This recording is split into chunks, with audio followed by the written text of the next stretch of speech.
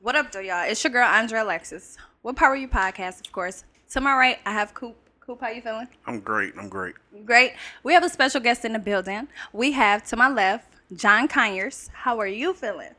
I'm feeling good. Thank you for joining us. Thank you for having me. Of course. I appreciate it. No problem. We appreciate you for joining us and your time. Let's jump right into it. Who are you? I'm John Conyers. Well, my full government is John Conyers III, but I don't go by that, just John Conyers. From the west side of the city, 7 Mile to be exact, but spent a lot of time on West Chicago and Wyoming. Down in that area, that's where my family is from, Southwest and Rouge. But yeah, went to Renaissance High School, briefly went to Morehouse College, songwriter, worked in the music business for over a decade, and then started a financial services company, and now I'm running for United States Congress to represent Detroit and our interests and young people. I think young people really need to get involved, so that's what I'm trying to do. Now, was this something that you've always wanted to do, or is it No, because of the family? no, absolutely. Nothing to do not with that. family. Okay. Nah, so it's definitely not something I always wanted to do. Like I said, I used to be a songwriter. I've written for Big Sean. I've written for indirectly through Sean, Kanye. I've written with Maroon 5, bunch of folks. But after leaving the music business, actually before I decided to run, I was in the process of launching a venture capital firm with 2 of my buddies who were already in the financial services space, and the seat came open, and I kind of started thinking about representation. I looked at our current representation and how much there's a lot of talk, and people love that because the person's like a rah-rah person, but they're not actually able to get anything done in Congress because they've alienated their peers or coworkers. And so just given all the knowledge that I had, and I was just assessing all the issues that are important to me and I think are important to our generation, I think it was like a kind of like a light bulb went off, but it really had nothing to do with my dad or my mom for that matter. Like you would have asked me at like 25 or something like that, I would have said I will never run for office. I had no desire. None whatsoever. Well, before I start asking you questions, I want to give you your flowers. Say congrats, because we don't get too many black men doing what you're doing. And you're someone for people to look up to growing up. So do you stay in the city or? Yeah, I stay on 7 Mile. So when I moved back home, I just moved back into, I guess it's just my mom's house now. But yeah, my mom's house. Family house. The family house. Yeah, I moved back in just for the duration of the campaign, just because it didn't make sense to like go get a lease and all this other stuff like in the middle of this when all that money could be used to put towards the campaign. So I'm back at the house. It's very interesting to be 32 and back at home. It is definitely an interesting thing, but it's cool. It's cool. I got my dog with me. Got my dog. My mom is there. She has a dog, so it's very interesting. It's definitely interesting. So before the campaign, you stayed there or you were? No, I never changed my residency, but I was living in LA. LA? Okay. Yeah, I was living in LA in West Hollywood. My little brother actually was living with me.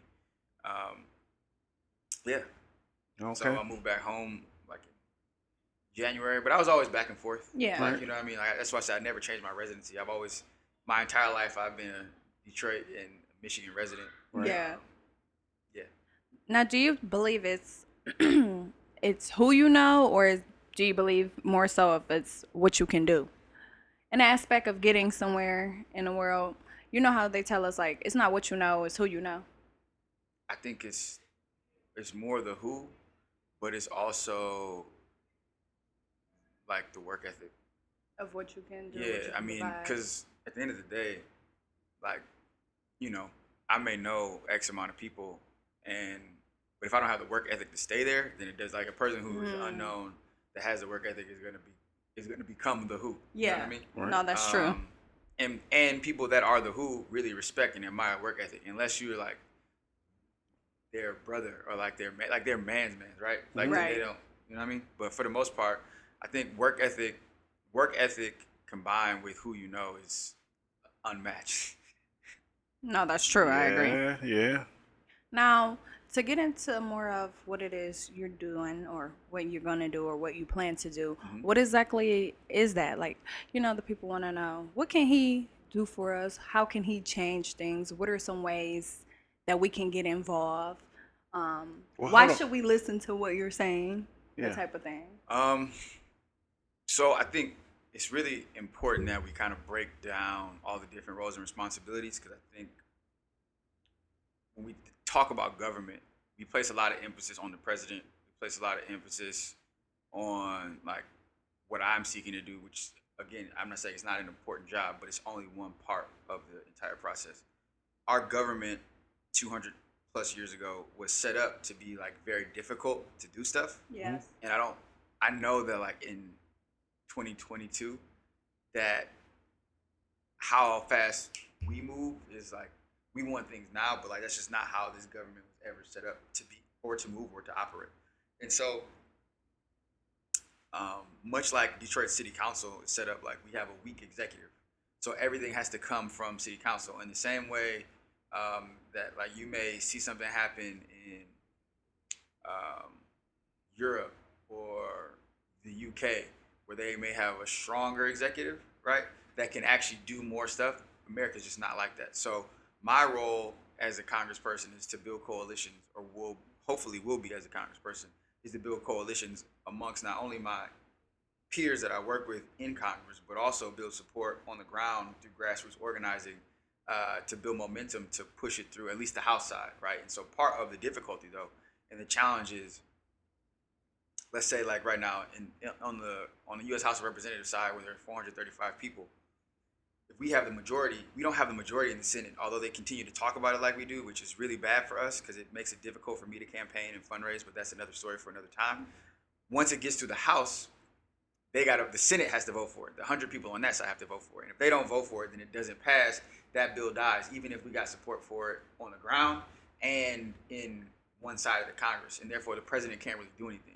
There's only so much you can do with executive order, and even with executive order, someone can bring a lawsuit to the Supreme Court and challenge like if that's constitutional or not, which would make it either go away or it could stand. So part of this process, which is what I said about the founding fathers of this country, is being like democracy takes a lot of work. And I know we all work really, really hard and we got full-time jobs, but like in order to make what I do effective, you also have to hold your state legislators accountable, your governor, your state senators, and then on down from that, you have to hold your city council and your county executives and your mayors accountable. And people, I know it's tiring, it's exhausting, but like that's what democracy is. And I think part of what we were talking about before we went live is that a lot of folks forget about how difficult it was to get these rights, and we take it for granted as if it's not something that had to be fought for years over years. So yeah, I know that's a long-winded answer, but that's kind of That's cool. it was. I just thought it was important because a lot of times when I'm having these conversations, people always ask, "What can I do?" Now there are limits to what my power is. Like, Right. My job is just to make federal laws, so that those laws are going into effect across the country. Okay. How Right. they're enforced, It's not up to you. correct. Right. You just could put in a say-so of what you want done. Mm-hmm. And it still takes like 219 people Yeah. and time. Like a bill has to. So before it can get to the House for a vote, it has to go to committee. Right. It has to it has to go to subcommittee. Then it goes to committee. Then it has to make it out of committee for a vote, and that is up to leadership, right? So that's what.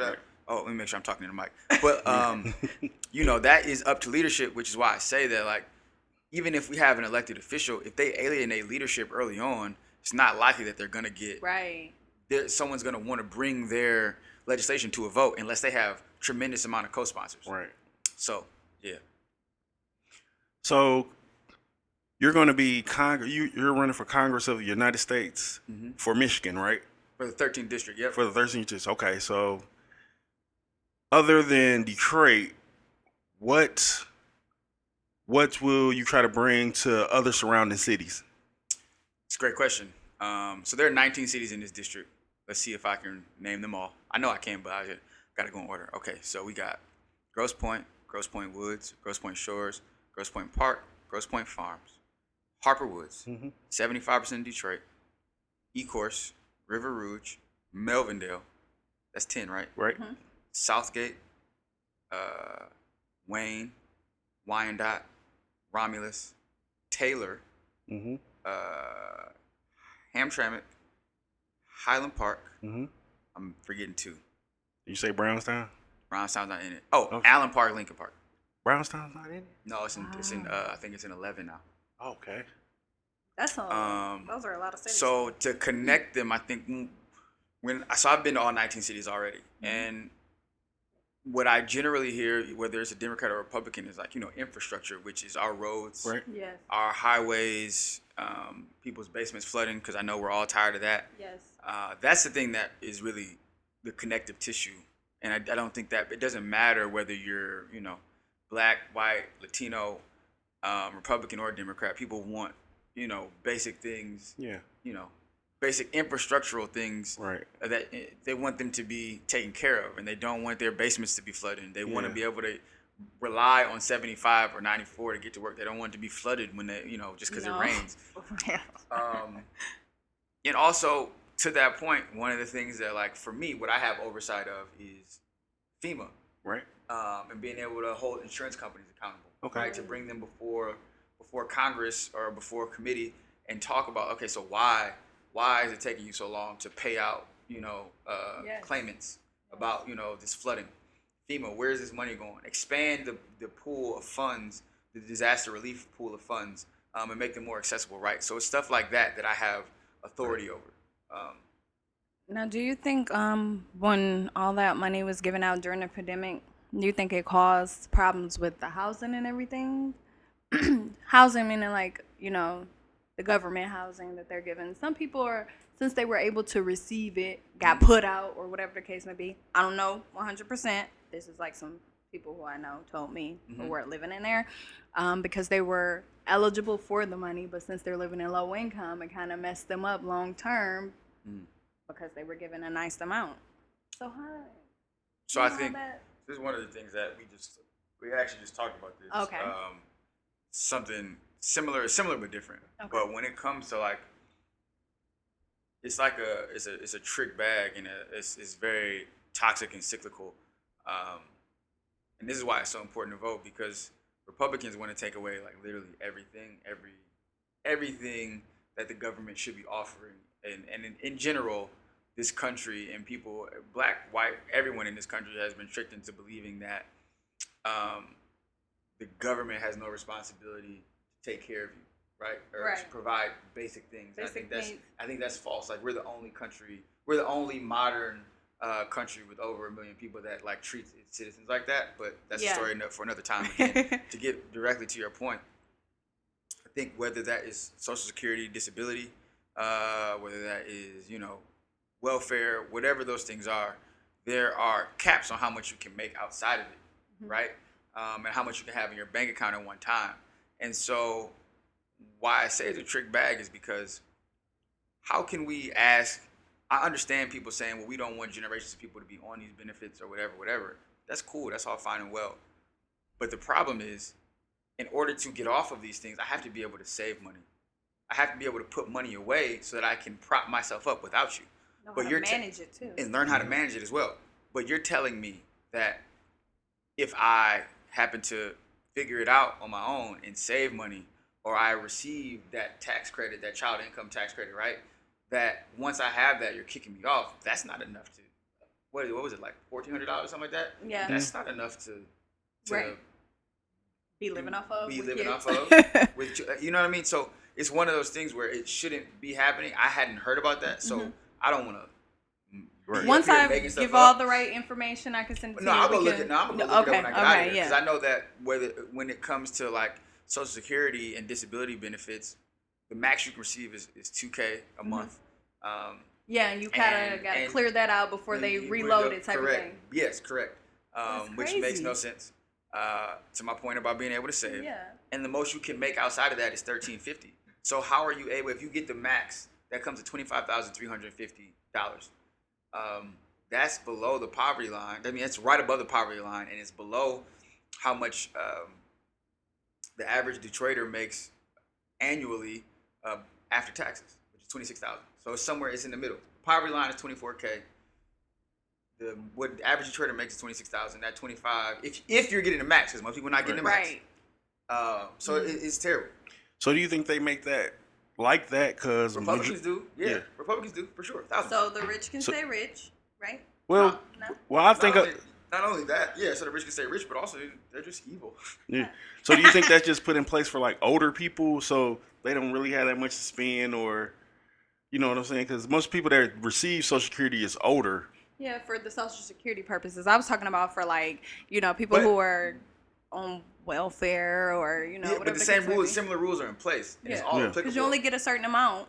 But my fundamental problem is the same thing with abortion. Is like, why are we trying to control how people live? Right? Like, I think in general, as the wealthiest nation and as human beings, right? Yeah. Like, if the aliens come, you don't care if I'm black or white. We trying to fight the aliens, right? Yes, right. Together. So apply that same logic to humanity. So like, if this person is on welfare and they're spending their money, so what? Like, we're a wealthy country, very wealthy country. Yeah. What's the difference? Why can't we take care of this person? Right.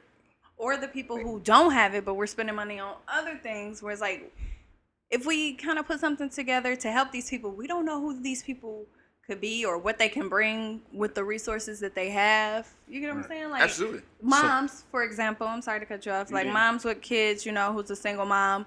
I'm trying to do better, you know. I'm trying to work and go to school. With certain housing places, you can only do either or. You can only be working or you can go to school. Like, you can't do both. But it's like, I'm trying to do better. Correct. You know what I'm saying? Like, that's so weird to me. Right. Very weird. So when you win this election, what can you bring to small businesses? A tremendous amount. So like, one, obviously finding grants for these small businesses, earmarking funds for development. So like, here's an example, like the new Dan Gilbert development downtown, being able to work with, for money that comes back for those types of projects, including things in the legislation, and why is the word that I'm looking for escaping me? Put in certain set asides to make it so that these people have to contract X amount of dollars with small businesses if they want to be able to get this money that's set aside for them to develop in certain areas, right? But then also having someone dedicated in your office to helping people navigate small business administration. Right. Now, would this be like throughout each city in Michigan, or would it just be like specifically certain areas? 13th. So I mean, any Congress person can really be a resource, right? But you're generally supposed to go to the person that is your representative. So like, Warren is not a part, like where we are now, that's not a part of it. So I would send him to like Haley Stevens or Andy Levin. I don't know who's going to win that race. It's looking like Haley, but we'll see what happens. But, you know, you would come to me and I would point you to the person on my staff that's responsible for that type of stuff, and they'll be able to, you know, fulfill your need or point you in the right direction. Okay. So you're basically just over the 13th. Over the 13th, district. District, and then you point people in the right direction to. I'm just trying to get people to understand what you do. Yeah, and that's how you do it. So like, I am your representative to the government. I'm your liaison to the government, and like, that's why when we to that first question, it's who, but it's also like how hard you work. So like, there are people in my race that have no who's. You know what I mean? Like, they're like working. So they're like, they just got to work hard and got to build relationships. Like, part of this thing is to put us ahead. The reason why I'm running is to put us ahead of the curve. Yeah. Like, the current Secretary of Housing and Urban Development, to the questions we were just talking about as it relates to like low income housing and all those things, like, I'm not gonna do it, but like she's your team. That's the homie. Yeah. She's the big homie. Like one of my mentors. Like, always looks out. We text to this day. Like, there's no one in this race that can say they can text her right now and be able to like get a meeting with her or just call her on a whim, not without a scheduled meeting, right? Right? So that's something that is an inherent advantage to voting for John Conyers. Or like, if we want to look at, like, let's take the housing, affordable housing, right? Let's move away from low income housing. Let's look at housing in Detroit, right? So we know that there's gentrification, all these other things. But part of the reason why gentrification is even able to happen is because if you look at the city of Detroit, or the 13th district for that matter, but let's just say specifically Detroit, the average home price in Detroit is $67,000. Right. Banks generally don't provide loans or home equity lines of credit for anything that is valued at 50K or less. But what we know is that if you buy a home, once you've paid off that home, the equity you put into that home at like 100K, that's revolving basically. Like that's $100,000 that you still have. That's an investment. Right. So I can go to the bank and be like, either you can get a loan out, which I would never recommend. I would just use your house like a credit card, get that home equity line of credit, because it's as you go. Like, I need $30,000 a day, or I need $10,000 a day, and you just pay that $10,000 back instead of that lump sum 100K, and now you're on the hook for that whole 100, forever. Right? So you don't have that luxury with a home that's valued at 50K or less. And so now this home that was supposed to be an investment, right? We were all taught it was supposed to be an investment. Because it's undervalued, I'm having to come out of pocket to maintain this, and I don't have the money to maintain it. Right. But if you have a home equity line of credit or even a home equity loan, the interest payment on that is just so low. Even for a home that is valued at $100,000, right. That interest payment is so low that it makes sense for you to do that, and it's easier to get the repairs done and you stay in that house, right? Right. And so that is the challenge that we face for affordable housing. Yes. But what I'm sorry, I lost this point. So what I'm able to do is like if I were to serve with, someone like a Maxine Waters on the House Financial Services Committee, hold banks accountable and talk to them and we could create a new government agency that sets aside money specifically for home equity loans that are below X amount of dollars to service the people that are below X amount of dollars, so we can stave off gentrification. Or we can hold banks accountable and say you need to lend to people whose homes are valued at less. I got you.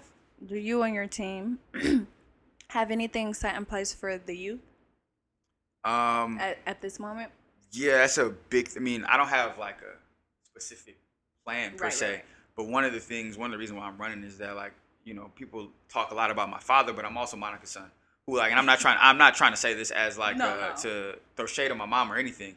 Like, she's working on her doctorate. She has more degrees than any person I know. She has a associate's, a master's, a bachelor's, and she's working on her JD, and now she's working on her PhD. But she's also been to prison.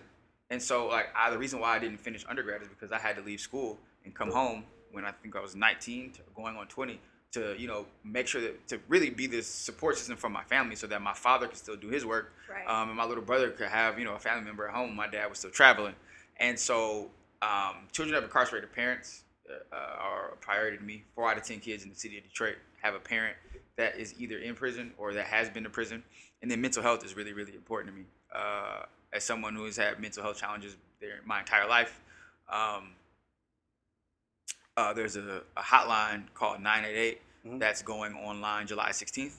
And I'm on that. I think we need to publicize more. I haven't seen much about it anywhere in the Metro Detroit area. But on top of that, I'm also a co-founder of the junior board of a national nonprofit called D.D. Hirsch, which is responsible for the rollout of 988 in California. So those two things are really my priority for young people. Hey, I love it, especially the whole mental health thing, because we're like, anytime I talk to someone, I usually want to know what are ways that they cope with their mental health, because I feel like that was something that should have been taught in the school system. It's not too late to teach it, you know what I'm saying? Because our parents and their parents kind of didn't really talk about that. It's like, okay, well, you want a whooping or you won't, you gonna cry about it or what? Like, don't cry about it type of thing, but whatever. That's a whole nother conversation for something else. Now, you said you've suffered with mental health. So have you did counseling yourself and everything like that? I believe in therapy. You said you do or you don't? Yes, I do. Oh, I okay. believe in therapy. I've been going to therapy for a long time. For a long time. Yeah, It's helping. I encourage everyone to go to therapy. Definitely Work need that it. shit out. Work that shit out. No, facts. It's Listen, I'm gonna tell you kill this. your younger self. Your partner is not your therapist. Your partner is your partner. That is it's unfair to burden someone. Of course, they're supposed to support you through your your challenges. I'm not saying that, but there's a reason why there are professionals that are there to help you unpack the things, because they're trained to help you unpack the thing. Your partner has their own stuff to work out that they trying to figure out, and they don't always have the capacity or the skills to help you unpack the things that you need to unpack. So now you done caused them to have problems now because they trying to help you. Or y'all having an argument because they reacted to this thing you were your trauma in a way. You're like, how you gonna say it about this thing that I went through? Man, take yours to the therapist. No, that's facts. That's big right there. That's a major highlight. Which sounds like I need to go to the therapist. Sounds like it, babe. When I was running the first time, it's gotten worse that there were only 4 public mental health facilities, and now there are only 3. So one of my priorities is bringing money back to open up more public mental health facilities so that people can go receive the counseling and the care that they need. It's very, very important. Right. I definitely love that. So do you feel like that's kind of the problem that we having in the streets these days, that the mental health facilities are being closed? Not only that, but it's also like recreation centers, after school programs, Nothing to do. art programs in school. It's nothing for people to do. But be on social media. Yes, and in the streets. In the streets. Do you believe social media is a problem? Shit, yeah, To a 1,000%. certain extent, yes. Okay. 1,000%. Everything's. And on that note, we gonna go to question time. Who's do it. going to ask first? I'll go first. All right. So that means you're going to answer first. I'll answer then. Ooh. Lordy. It's not that bad. So we starting with, she told you already. Tell me something I'll be surprised to know about you. Just to let you know, that's what the card say. Dang, I got to think about my answer. You'd be surprised to know about me. I'm gonna keep it super. When I met Jay-Z, I was not starstruck. As a guy who's like a very big Jay-Z fan, and also a retired professional rapper, a retired songwriter, I should say. I wasn't starstruck. It was like cool.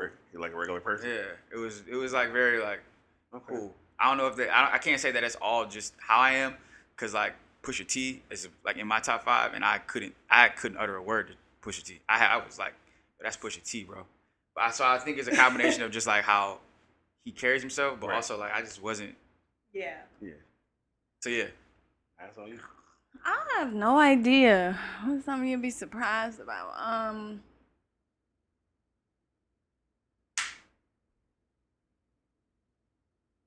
I have no clue. Hell, half the time I be surprised at stuff that I don't know. that's funny. I do not know. It depends on the day with me, honestly. Let's see. Be surprised to know that I know I cook. I was in dental field, oral surgeon assistant, still oral surgeon assistant, but I put that on hold to do this. So I don't know. What about you, babe? That was some bloody stuff too, by the way. Okay, my turn. So, well, I could say people would be surprised to know that I have a degree in optical dispensing. What is that? Right. He can do your glasses for you. I can make I make the prescription for your lenses. That's fire. Yeah, And surprising for cooking. I used to work at DOC when they were open. That's fire, actually. Yeah. When y'all Cartier's some first was coming interactions. out, when they was first coming out, I was like one of the first persons making the Got lenses. prescriptions in there. That's crazy. Yeah, the wireless lenses, all that. I was doing that. That's wild. Okay, That's awesome. got you. Whatever. All right, we That mean I gotta going get down the better. line? Who Yeah, we go got? ahead. You can start now. You can start. Where do you see yourself in 5 years, and what's your plan to get there? I got to start? Yep. Okay, well, I see myself in well, right now I hold a lot of different jobs at hand, so I plan on executing one of them to the fullest, and I see myself doing that in 5 years, being like a big eye figure to our youth. Mhm. Like, this what I want to do what he doing, and I want to be able to be like, I see what he went through to get there. That's where I see myself 5 years. In 5 years, where do I see myself? Further than where I am right now, alive and still healthy. Not only just doing podcasts, if I haven't turned it into something more exclusive in the acting world. And most importantly, like you said, with the kids, I want to do things for women and kids. And I want, whenever you see Andre or hear about Andre, you be like, yes, a breath of fresh air. You having a bad day? And you know that I'm going to be in the building or the atmosphere, like, because I'm gonna make you laugh. I'm going to bring you joy some way, somehow. That's what's up. What about you? You see yourself in 5 years? In 5 years, hopefully, I'm running for my third term in Congress, and deciding I'm not gonna put that out there because people hate. Yeah, People be right. haters. But running for my third term in Congress, hopefully I will have been able to bring a tremendous amount of federal dollars back to improve this district. I want to put it conservatively, like in the next 6 years, I would like to have brought $100 million back to the district. I like to challenge myself. Yes. So $100 million back to this district. I would like to see. This year was the first year that Detroit's black population and black businesses declined. So in the next 5 to 6 years, I would like to see that number I would like the decline to stop this year and to do everything in my power to make that number go up. And I think the last thing would be putting something in place to the piece I said about the gentrification piece and banks not lending to homes that are valued at $50K and under. I think it's very, very important. I mean, black people have stayed in the city of Detroit, in this district, for so long and fought so hard to keep the city and maintain the city. It's the blackest city in America, and I think for us to lose that would be a tragedy. So yeah. I being that your father was the longest serving black congressman, right, in the U.S. So, do you plan to become the second? No. No. He said no. Oh. I told I'm not joking. You don't want to follow in those footsteps. But that wasn't my motivation. Okay. So But in 2 years that could change, right? You just said if I asked you at 25. It could change, but I don't. I'm not trying to change your mind. No. But I think I try to make it really, really clear. He's not the motivation for this. Like he told me early on, you can't beat me. So definitely. So my mind was never to emulate anything like. My mind was to be myself. Be you. That I arrived here, I think it speaks to my family's work that I arrived here independently of him. Yes. Because I feel the need to serve, but he is not my motivation in terms of for me running. He's just I don't. I say it so emphatically, and I hope it doesn't come across as disrespectful because I have so much reverence for my father, but he is not the reason. But so what I'm hearing, and you can correct me if I'm wrong. Your dad has his own thing, and he gets his flowers, he gets his roses, and everything like that. But you have your own thing. You don't want it to be I'm not doing it because of him. I'm doing it for me. But if I hit the pinnacle of whatever or go above and beyond, sure. But this is not. Yeah. I think I owe everything I have to the people. When you think about 53 years of service, that's millions of votes. Yeah. Hundreds of thousands, if not millions of people having voted for him over that time, right? So I owe everything I have in my life to his constituents and the people that voted for him. I got you. So I don't ever want to it's not that I do have my own reasons, but it's largely them. It is mostly them. I wouldn't be able to speak to the inequities that exist within our community, even just for me having all the privilege I have, and then having my mom's side of the family, the way they lived and the things that I was exposed to. Right, I wouldn't be able to speak to that and understand how important it is for someone that actually understands, right, to be in this position. Right, that is my motivation. So I owe that perspective to him and my mother. Gotcha. But he's not the direct why. That makes sense. I got you. For the slow ones like me, you gotta just break it down a little bit. So you said you want to bring how much money back in? Conservatively, in the next 6 years, I want to bring $100 million back to this district. Okay, you bring $100 million. Whatever that number was again, I forgot $100 again. million. Yeah, $100 million. Do you get a percentage of that? No. I mean, that's a question. I just want to No. That money goes to the state, and the state allocates it. And this is to the point we were talking about earlier, right? So if I bring, $10 million for roads, for quote unquote infrastructure, another $20 million for small businesses or whatever, it's broke. It's not all, it goes to different sectors, right? But on the aggregate, altogether, I want it to have been $100 million. And so that money goes to the state. And so that's why it's so important to put the right people in and really research people to make sure they're going to do it and fight on your behalf to bring that stuff back. Yes. It's super, super, super important. And I mean, not to bring it back, but to allocate it properly once the money gets back. Yes. Because I am not responsible. I shouldn't say I'm not responsible. Personally. I cannot force it to be allocated a certain way. What I can do is after the fact, which is part of the problem is say like, I brought these dollars back. It didn't get to where it was supposed to go. What happened? Yeah. Right. So then I bring them before committee.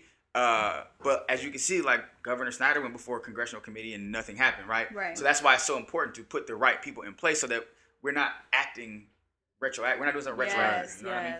I got you. So, who is your runner-up? I ain't win yet.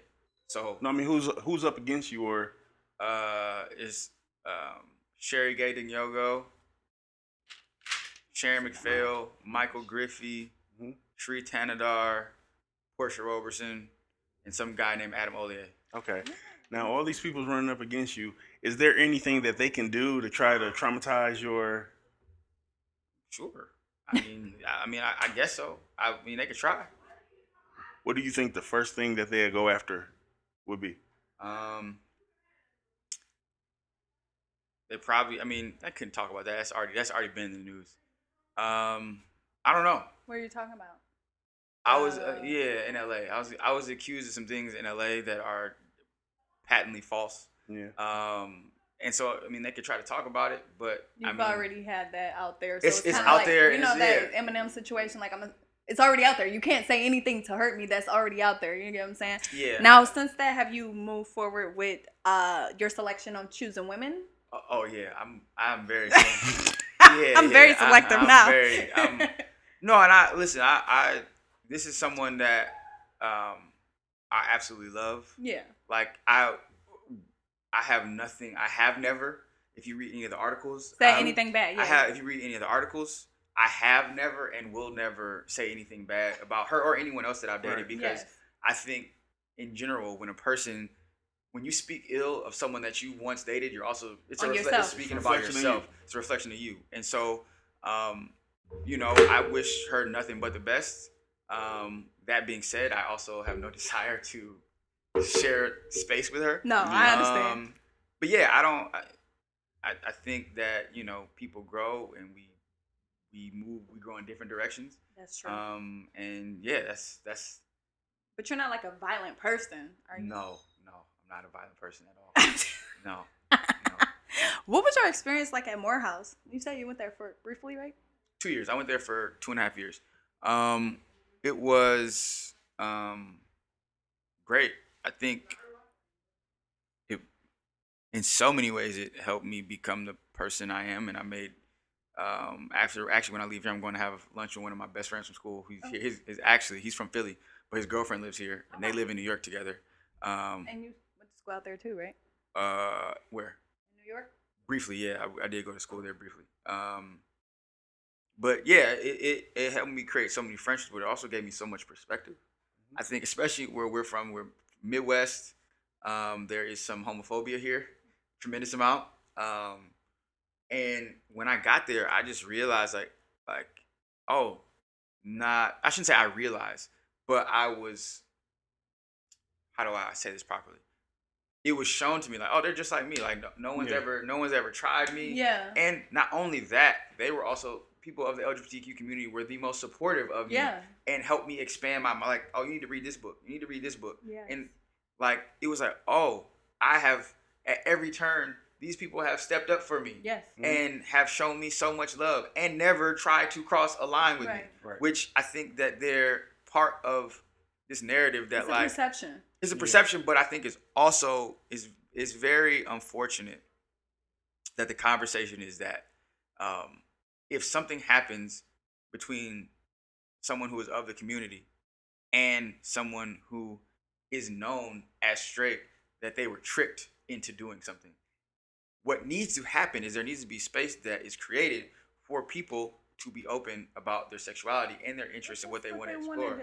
Right? And I think as a community that in general would be stronger together no matter what your sexual proclivities or orientation is. If you mind your business. If you mind your business and we all work together because they don't care that you are a black trans woman, they don't care that you are a black cisgender woman, they don't care if you are a black man, they don't like black people. Yeah. People. You know?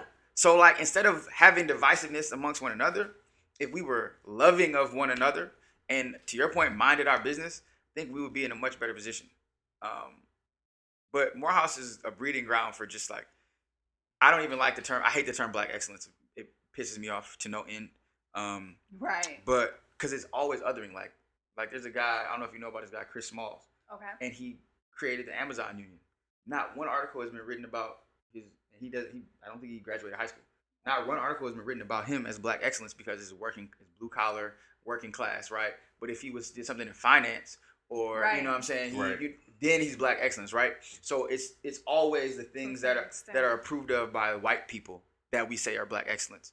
But Morehouse is a breeding ground for just tremendous intellect and talent, and I encourage every black person to go to an HBCU if you want to be surrounded by the best and the brightest and be at home and feel safe on a regular basis. You should go to a HBCU. Right. Next question. Jump into my question. Who answering it first? I guess me. All right. What makes you insecure and what you do to cope? What makes me insecure? I didn't do that. You gave the questions out. What makes me insecure? I know. I gotta think about my answer too. Ooh. I think me not knowing how to do something makes me kind of insecure.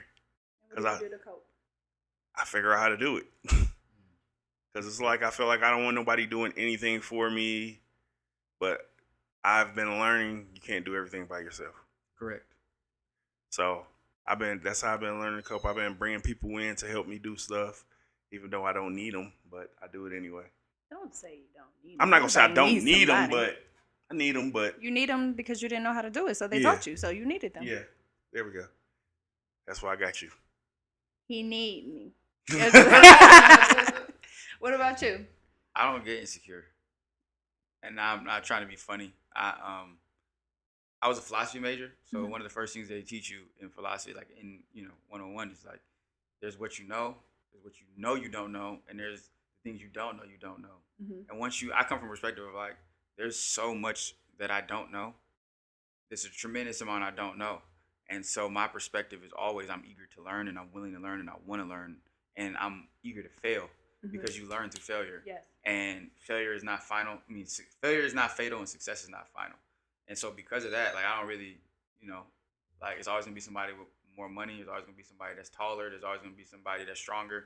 What you can't take is what's between my ears, my intellect. So I don't, That's a good one.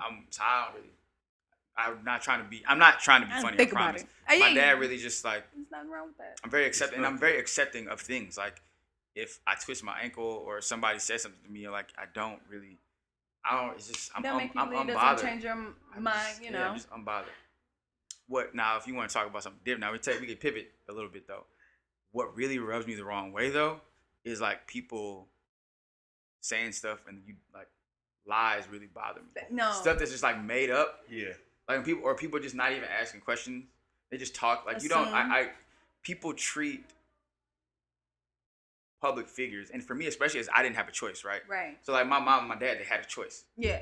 I never had a choice in You were that. like, So people just like on the internet talking about me and just it's like that's. they always gonna talk though. Yeah. But it's just like weird And to me. You don't It even know is. me. You have to start not accepting it, but getting used to that's what they yeah, gonna do. it's just This like comes with it's it. just like yeah, that's the only thing that really gets under my skin. Mhm. Other than that, like I don't care. Like, you ain't even give me a chance. Right. That part. You don't even that's know true. me. You Right. don't even know me. Never even opened my mouth. And you before. wouldn't say that if you saw me in person. Right. No, never. It's never the same. It's never the same. It's never. What makes me insecure?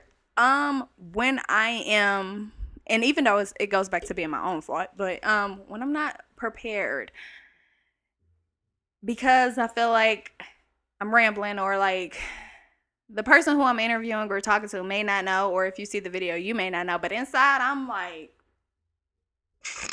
effed up, panicking, because it's like, damn, why don't you take that extra time to be prepared? So that makes me a little insecure because then I feel like everyone's going to know that I'm not my best self type of thing. And how do I do to cope with that? I reflect. I rewatch these things and say, ooh, Drea, don't do that. Ooh, you need to be more prepared. That's honestly what I do. Okay. So I'm going to take it a little bit off of... Somebody hurt themselves. I'm going to take it a little bit off of the political parts. I want to talk to you about your music. Mm-hmm. So, when you was writer, songwriter, Mm-hmm. so you can sing too? No. Oh, you but just I can rap really well. you can rap real well. Yeah, So do you remember your best bars you ever had? I got so many. Like it's that one you was like, man, if they hear He this, got so many. No, I've written a lot of things. We want to hear I it. want to hear one thing. I don't know that I can say that on air. You have any appropriate thing Yeah. that you could say? Or was you that rapper? I mean, I wasn't lying about like. I mean, I say you're lying. no. Like you were that. PG, rated R. Like, is it something that's? No, I was like, I used to write for Sean. As you know what Sean said. Yeah. So you got something. Yeah, but he's saying. Oh, it's something not be they able already to got it. Say. But it's also not like It's his image, his It's not brand. like, it's not appropriate for me Okay. to. Talk about that. Yeah, Okay, talk we'll about get off of that. We'll get off of that. We'll Then. talk But about it off camera. Sound like you wanted to say something though. No, I could do it off air for sure. Yeah, I got let's you. go. But Okay. I got you. Bet. We like that. What was the best part of doing that? Because it sounded like it was fun. The people you were meeting and the things you were. What was the best part? Just doing it. I think it's a talent. Like, you know what I mean? Like, I'm really big on, I don't, when people ask me, like, how do you, younger people try to ask me about success, and again, this is part of why I'm running for office, because I don't think I'm a good example because of, as much as I understand both sides of life, I also had so much access because of who my dad was, Right. that I was able to kind of just, I wouldn't say stumble, because I was very intentional, but I was intentional in the pursuit of things that I liked. Yeah. And everybody doesn't have that luxury. Right. So I'm not the best example, but like, I started writing songs when I was like 12, writing raps when I was 12, me and my cousin. That turned into me meeting Sean and my homie Jay John, and I became a part of Finally Famous. And then I was really good at writing songs, then I would write for Sean. That turned into me like being in the room and like, oh, I need this verse for Maroon 5. I can't write nothing. Cool, I got you. You know what I mean? So it's right not. place, right It wasn't. It was intentional in terms of honing in on a skill, Right. but it wasn't intentional. Like I always wanted to be a rapper because I Yes. never wanted that was not the. You just had the mental to write what they needed at the time. You had the right thing. Yeah, I was in the right place at the right time. So I can't tell you that like it was cool to be on that ride. I think it was cool to like. I think the best part about it was being able to recognizing that I can trust myself and that like to go with my gut, because like those things put me in places that I never would have imagined. So do you still talk to these people, or Some of them, do they support you in your campaign? some of them. That's what's up. That's what's up. Some of them. Are you dating? No. Like, you're not interested, or you're focused on? I was what? dating. I recently stopped dating. Because of what you got going on. No, or it for just more wasn't. focus It on wasn't. that? Just Or wasn't. just the right I think time you just and talked about that. person. No, that that's was a whole. years. That was a That's- bad that's- situation. That was like No, 7 years ago. That was a relationship. I'm talking about dating. You know, Okay. getting, No, I was dating, but I am no longer. take the Just, break from I think that scene. I think it'll be more than a break. It's Based on- over now. Based on the conversation that was had, but Okay, I with think- that person yeah, but no, I'm not in the. interested in right now. You're Nah, just man, focused I think I gotta get the lay of the land of like just the job, and there's so much other stuff that like it'll happen when it's supposed to happen. I agree. I'm not pressed for it. My dad told me that early on, like, oh, just stay It'll focused. It'll come to you. Yeah, for so sure. I'm hanging out. So what are you most focused on? Winning. I hate losing more than I love winning. To put it in perspective. Now, let me go back. So, what was I wrote it down. I think I wrote it down. I feel like I wrote it down, but I can't find it right now. Yes. Why is this what happened? I read something that said you couldn't run anymore. Oh, that was in What happened 2018 with because I didn't have After enough. that? I didn't have enough signatures. Okay. All right. Yeah, I didn't make the ballot, and then Oh. they have like a sore loser clause. It's called. So like, the sore loser clause is basically like, you can't. Let's say I didn't make the ballot as a Democrat or Republican. Like I can't go get more signatures and try to run as an independent. Like Oh, you can't do wow. that. So I would have to run as a write-in. Wow. I So that's an independent when you got you is a write-in, right? No, a No. write-in is just like you can run as a write-in as a Democrat if you didn't get the signatures. Oh, okay. Yeah, but you can't go try to be on the ballot in another party. Oh, Yeah. wow. That's interesting. So, what are some things that you want people to know outside of go vote, yada yada yada? I think part of democracy is engagement and holding people accountable. I think the same way our folks get mad when somebody owes them money, right? We'll chase you down about some money, right? I don't care if it was Your $2. period, right? So we pay taxes. These people that are in City Hall, they owe you a response and they owe you results. Facts. Chase them down about what the hell they doing. Like when we talk about like I'm not on city council, but I know about like how much water costs for people. Yeah. That's because of stuff that your city council members did. So like, go hold them accountable about it. Vote them out. Like that's the thing. People don't have to win. Yeah. They win when you say, I'm not going to vote. They don't do nothing. No, they don't do nothing because you don't go vote. Yeah. If you say, you know what, this new person I never heard of, I may never heard of them, but I know what this person did wrong. Yeah.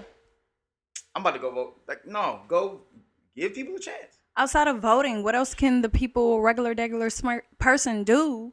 You know, go to PTA meetings. All this stuff there are things that you have access to. We just don't utilize it. Right. We don't. There's a bunch of stuff you could do. I think it's also, I think that, just being involved in the community and talking to folks. I try to be as engaged as possible. So how is like a daily routine for you? What is it like a daily routine? It depends. But like on the campaign, what is it, Anna Marie? Mornings on Monday, Wednesday, Friday is call time to raise money. Mm-hmm. So 10 to 12, I got a break for lunch at an hour from 11 to 12. Then I'm back from 1 to 4. Then Tuesday, Thursday is debate prep. And yeah, that's it. And then we have sprinkle events in there. So if you're not during your campaign and everything like that, what are you typically doing? What do you mean not during the campaign? When you said it depends on if you're working on your campaign and everything like that. So outside of that, I don't have I couldn't remember what my routine was before this. Like, I would get up at 5, read. I do a lot of reading, meditate, and then I just get ready for the day. Have my calls planned out and all that type of stuff. Can you cook? Yeah, I cook very well. What you cook? Everything. Don't look at me. I don't cook. I cook. I grill. I love to cook. Oh, you in the kitchen with it. Only thing I don't know how to do is bake, and that's like I'm about to learn how to bake. Said I'm about to be a baker. I'm about to be undefeated. You know what you got to get? What? Air fryer. Not to bake. You do everything in the air fryer. You can do everything in the air fryer. Yeah, but no. To be a baker, you don't need an air fryer. This is what I'm hoping though. That like 5 years down the line, if you bought an air fryer. Why are you hoping that? Please. I'm just hoping they don't do that. Why are you hoping that? Now, Kicks and Conversation. What is that? Kicks and Conversation is, so again, these institutions don't hold space for us. Yes. So it was very important for me to create an event that was a safe space for us to talk about just politics and for people to not feel like, oh, that's a dumb question, right? Yes. So as a guy who grew up as a sneakerhead and still a sneakerhead, it's like a big one, I thought it was important to go back to that place and for me to feel comfortable. I don't always want to wear this. I love suits. Don't get me wrong. I love suits. But I also love being able to wear my John Elliott, my J's, my sneakers that people never heard of. Like, you know what I mean? I like being in that too, where I can just be in a tee and just chill. So it was important for me to go back to the sneaker store and have it hosted by different people that we all trust, like a Rose Spit or a Randy Hart or Randy Rosario, and just, you know what I mean, like have them have a conversation and the people that they are part of their audience come and just ask questions. That's and amazing. It's got a tremendous response, which is where I met Cam. That is amazing. I like that. And because, a lot of people can relate to the sneaker place, their favorite sneaker place. You know what I'm saying? So, I'm sorry. I gotta. I'm just. Go ahead. Somebody. Just listen to the question. So, your debates, where are they held at? They're held in various places. It just depends. We got one this coming Saturday. It's on the east side. There's different organizations hold them, so it just depends. Okay. So does it be like a lot of media there, or is media allowed there? They can. I just never. They're not there. Really? There are people from like this guy Everard Kasimi, who's on Channel 4. Yeah. Charlie Langdon, who does Let It Rip, he's hosted debates, but the actual news was not there.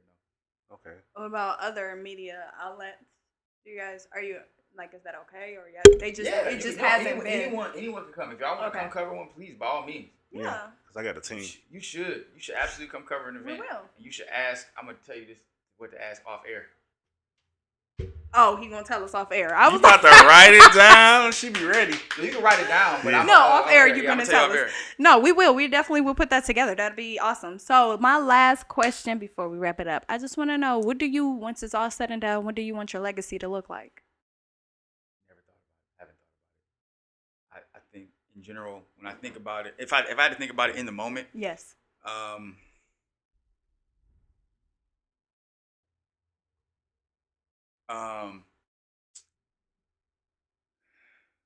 When I think about my dad, when I think about, this is the one thing I will say my dad is the motivation for.